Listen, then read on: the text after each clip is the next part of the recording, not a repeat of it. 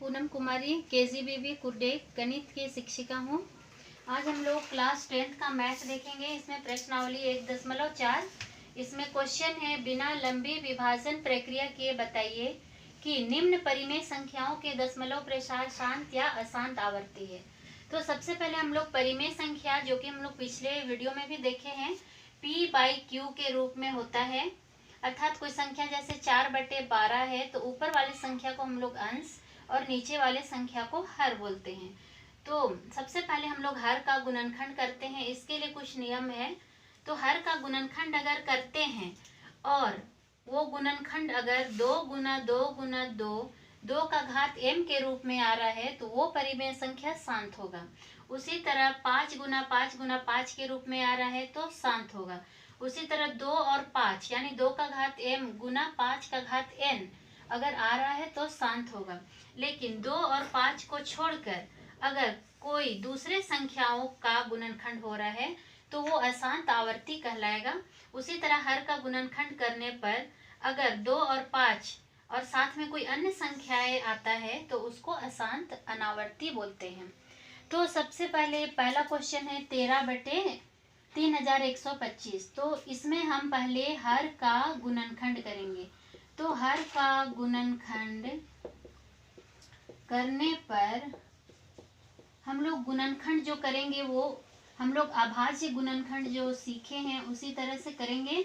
यहाँ इकाई जो संख्या है वो 5 है, अर्थात विषम है, तो 5 से ही हम लोग लेंगे। 5 छक 30, यहाँ 1 बचा, 1 और 2 12, 5 दूनी 10, यहाँ 2 बचा, 5 पचे 25। फिर हम लोग 5 से लेंगे, 5 एका 5, यहाँ 1 बचा, 1 और 2 12, 5 दूनी 10, 2 बचा, 2 और 5 25, 5 पचे 25। फिर 5 से लेंगे, 5 दूनी 10, यहाँ 2 और 5 25, 5 पचे 25। फिर 5 से लेंगे, 5 पचे 25, फिर 5 से लेंगे, 5 एका 5। तो हम लोग 31/25 हर का गुणनखंड किए करने पर हम लोग को 5 गुना 5 गुना 5 गुना 5 गुना 5 यानी 5 का घात m बराबर 5 का घात 5 के रूप में आ रहा है।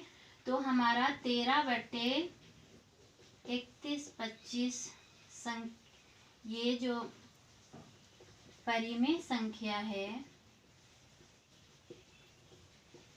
ये शांत है। उसी तरह से हम लोग दूसरा क्वेश्चन करेंगे। दूसरा क्वेश्चन है 17/8। तो हम यहाँ फिर हर का गुणनखंड करेंगे।